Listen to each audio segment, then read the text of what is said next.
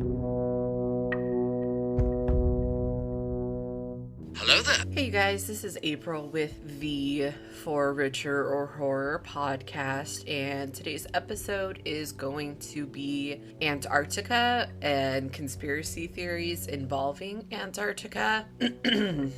So, I got this idea from a meme actually. And the meme had said, it's weird how every country has always tried to get as much land as possible, still having constant border disputes and trying to claim the North Pole, yet they somehow all signed the Antarctic Treaty in 1959, promising to never conquer it. Definitely nothing going on there. So, countries that signed it were Argentina, Australia, Belgium, Chile, France, Japan, New Zealand, Norway, South Africa, United Kingdom, United States, and the USSR. And from 1959 till now, the number is up to 54. And that's just such a weird thought, because it's like, that's an entire continent that's uninhabited, that no one has a claim to it. Whereas like the North Pole, it's found in the Arctic Ocean on constantly shifting pieces of sea ice. And the North Pole is not part of any nation, although Russia placed a titanium flag on the seabed in 2007 to like stake their claim of it. And then of course North Pole is the northernmost point of Earth. And then looking at Antarctica, it's located in the southern hemisphere, where the South Pole is the southernmost point of Earth. That always kind of like confused me a little bit, because I thought for some reason like Antarctica was like both north and south. I don't know why. Like, I have a globe in my living room, but it just always, the thought was, oh, it's in both places because it's the North Pole and the South Pole. So Antarctica is around both of them. I hope I'm not the only one out there who thought this. I hope someone else out there can relate. But yeah, I still have to remind myself that Antarctica is in the southern hemisphere, not the northern. I think it's probably due to the fact that I always think of like how cold Alaska and Canada and all the northern European countries are. But the closest countries to Antarctica are New Zealand, Australia, Chile, and Argentina. And I always had the connotation that those are such warm climate countries. How the hell can Antarctica be right there? So anyway, I digress. So from what I have spoken to other people about this topic, the argument is always made that, well, Antarctica, it's uninhabitable, so no one would live there and no one would want to claim that land. Like, that may be the case, but in our history, our countries have always tried to expand. France has the French Polynesian Islands. They're a territory of France because they just took them over. I mean, the country I live in is mostly stolen. Some purchased, like Louisiana, Alaska, and Arizona, but majority, nah, it's just like, this is mine now. And even then, it's understandable why, despite the offer, Puerto Rico doesn't want to become a state and is content being in their own entity as a territory. And it seems like nearly every other year, Russia is trying to take over the Ukraine. So, expansion is a constant. Countries want to dominate, they want to become larger, take more land.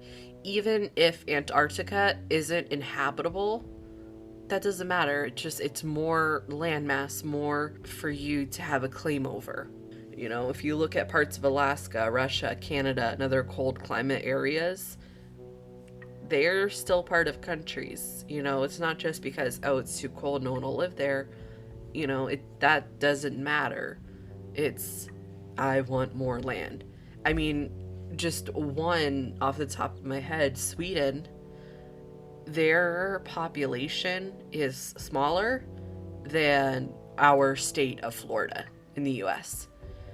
And that's because the northernmost point of Sweden is part of the Arctic Circle, and temperatures go as low as negative 22 degrees Fahrenheit, which is negative 30 degrees Celsius. And, people don't want to live there because it is too cold, but that doesn't stop the fact that countries just want to expand and have more land. So the question is, why is Antarctica still unclaimed? Well, that part of that is due to the Antarctic Treaty in 1959. Prior to that, I don't know if other countries would try to claim it. So the treaty kind of states that no acts or activities taking place while the present treaty is in force shall constitute a basis for asserting, supporting, or denying a claim to territorial sovereignty in Antarctica or create any rights of sovereignty in Antarctica.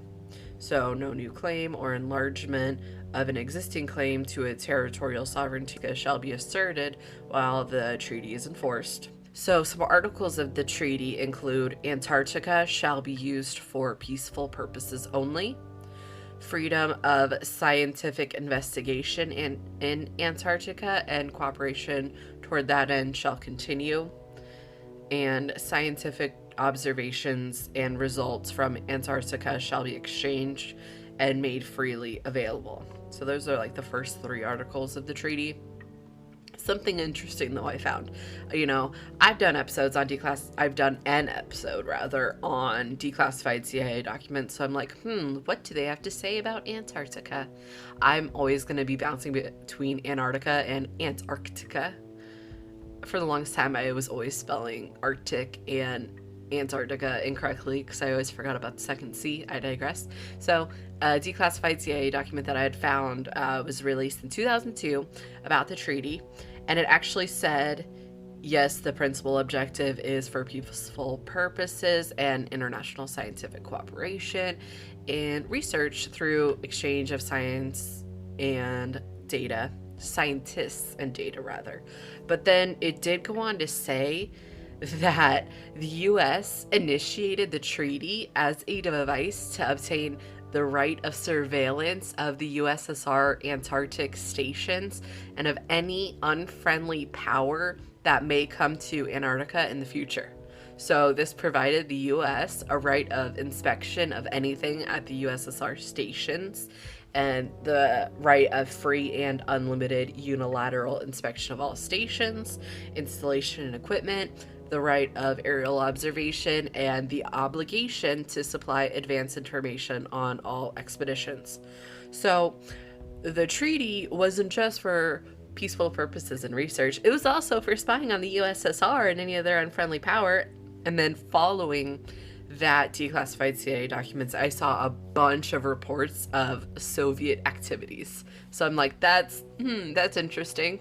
They just threw that into this treaty, so any unfriendly powers, they can just what you doing. But so let's take a look at Antarctica a little bit deeper in the way of its population.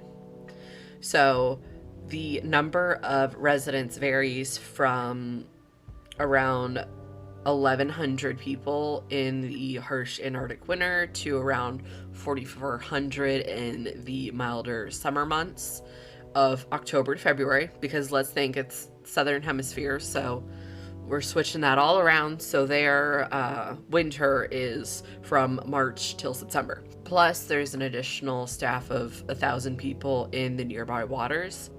However, Antarctica has no indigenous inhabitants, only permanent and summer-only staff at its many research stations.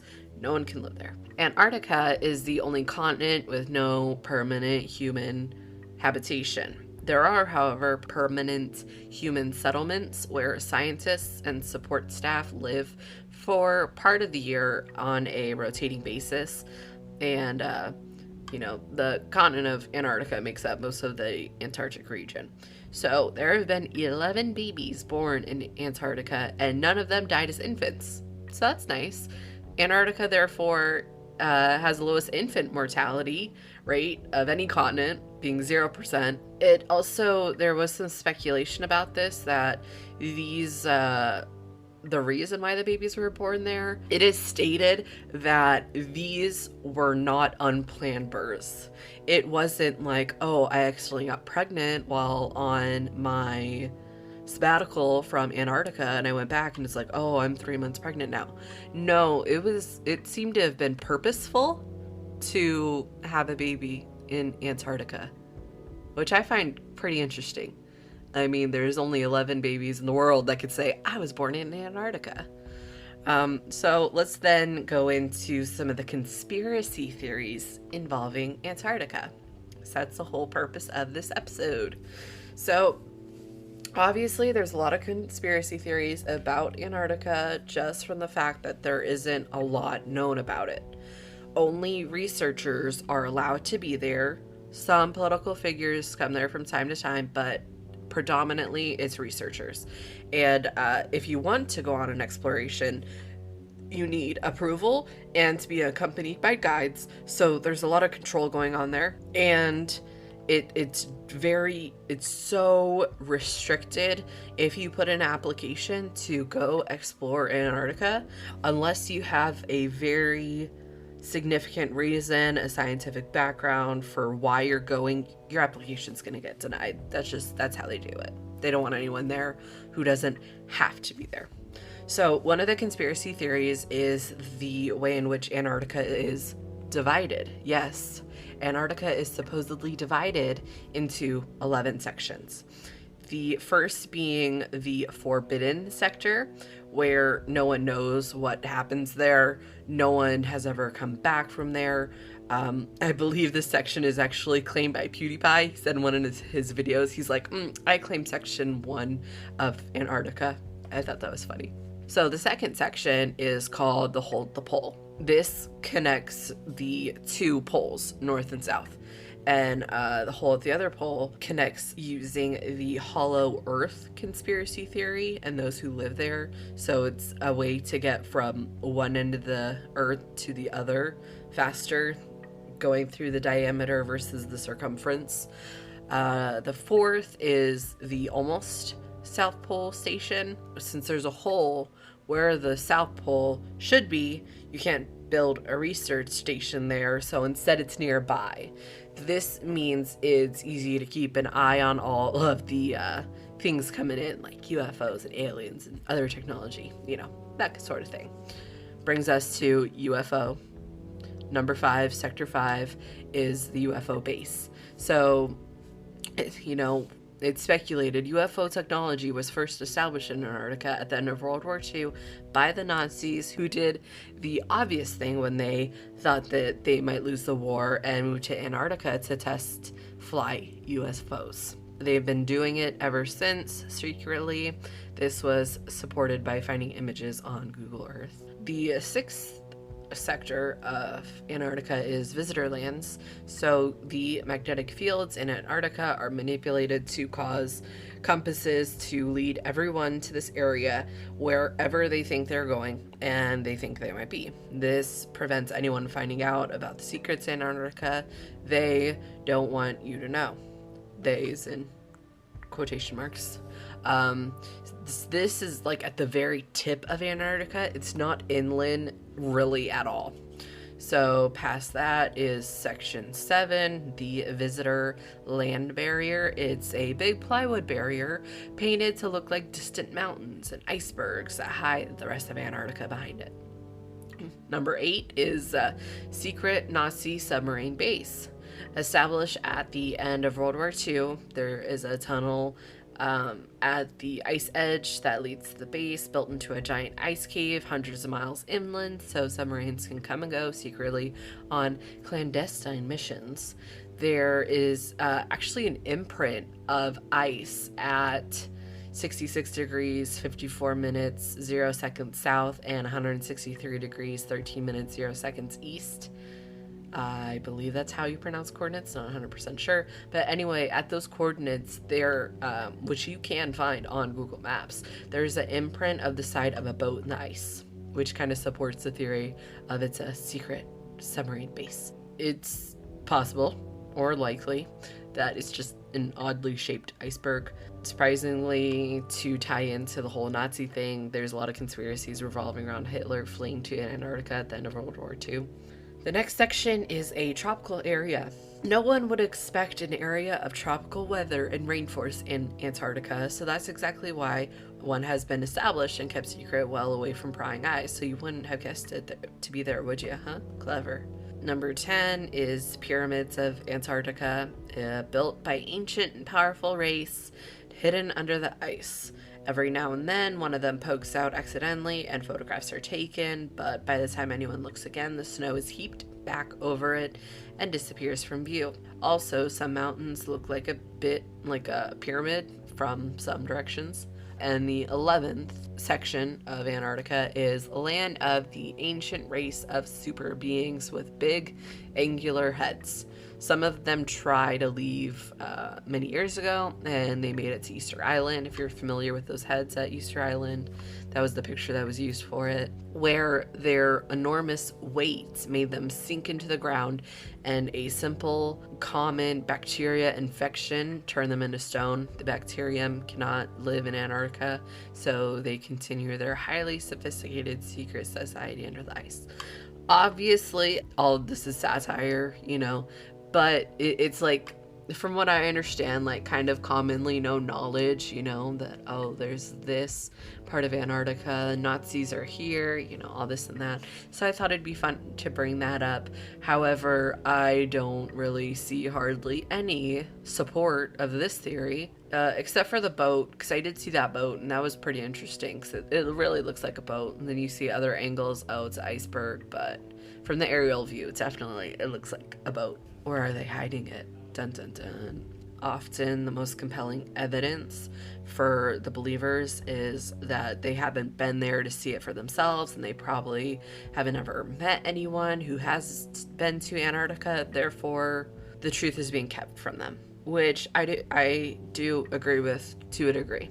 If you can't ever see it, if it's so restricted, how do you know what's really going on? All right, some more conspiracy theories. There was a structure found on Google Maps a couple years ago, and there was a claim that it's a giant building. There really wasn't any conjecture as to what it might have been used for, but the structure was speculated to be 2,000 feet tall and the width of 6 football fields. Nothing really came of that, though. Another conspiracy is Project Iceworm. So Project Iceworm was a top secret U.S. Army project which attempted to build a network of tunnel-based and mobile nuclear missile launch sites under the ice. This was actually supposed to be in Greenland, where Project Iceworm was supposed to take place, where the tunnels and launch sites would be. But there is, that speculation. It was happening in Antarctica too. So next one, in 2019, NASA discovered a giant hole in the ice measuring about 20,000 square miles. For reference, that's also the size of the state of West Virginia, or if you're not as familiar with United States state sizes, that's the size of the country Lithuania. That's pretty noticeable. That hadn't happened since 1976, and that was when the anomaly was given the name Weddell-Polyanya. Probably pronounced that wrong.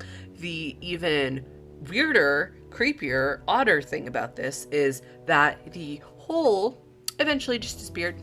Poof, it's gone. Like, what the fuck? What does that mean? How is that entire country size, well, somewhat small country size, entire state size, just like poof, gone? That boggles my mind.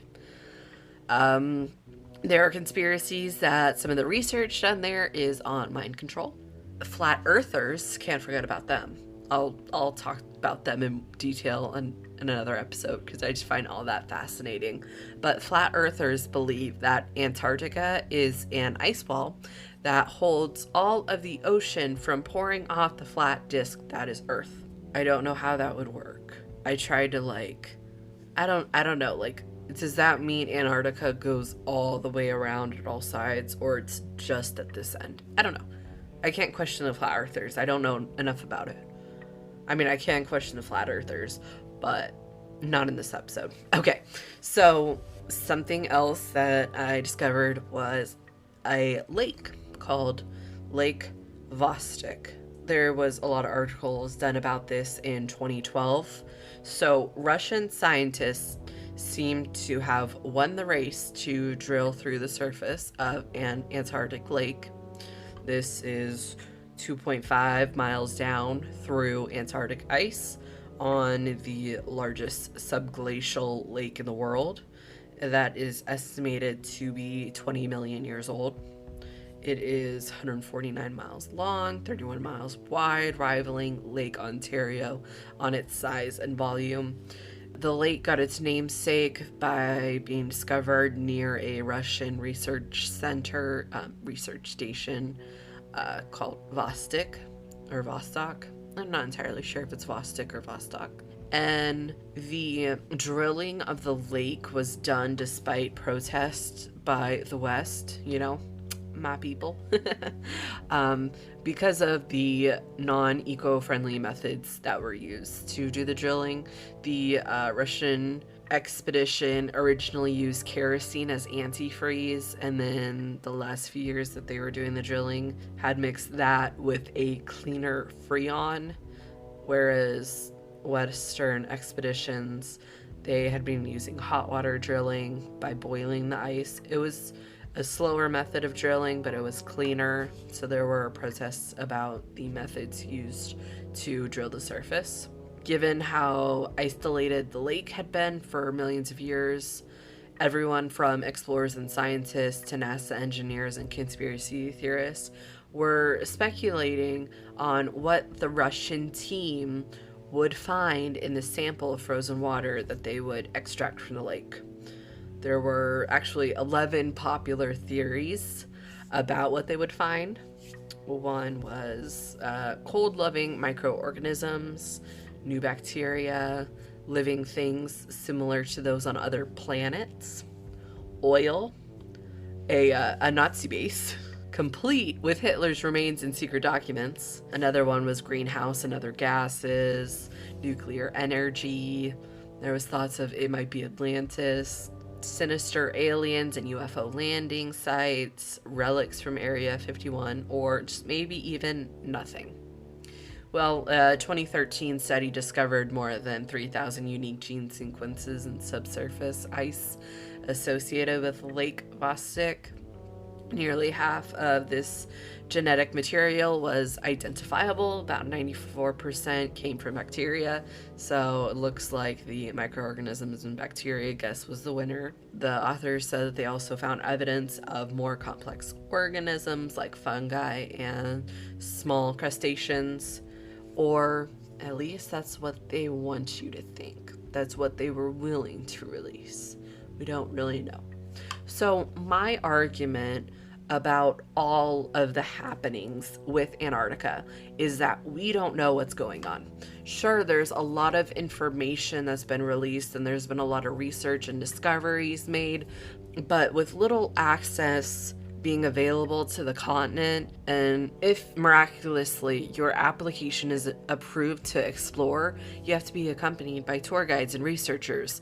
I mean, granted, it is a barren wasteland of snow and ice and easy to get lost, so that's probably for safety measures. But why is this the only place you need approval to go to? Why can't you book an airline ticket to Antarctica?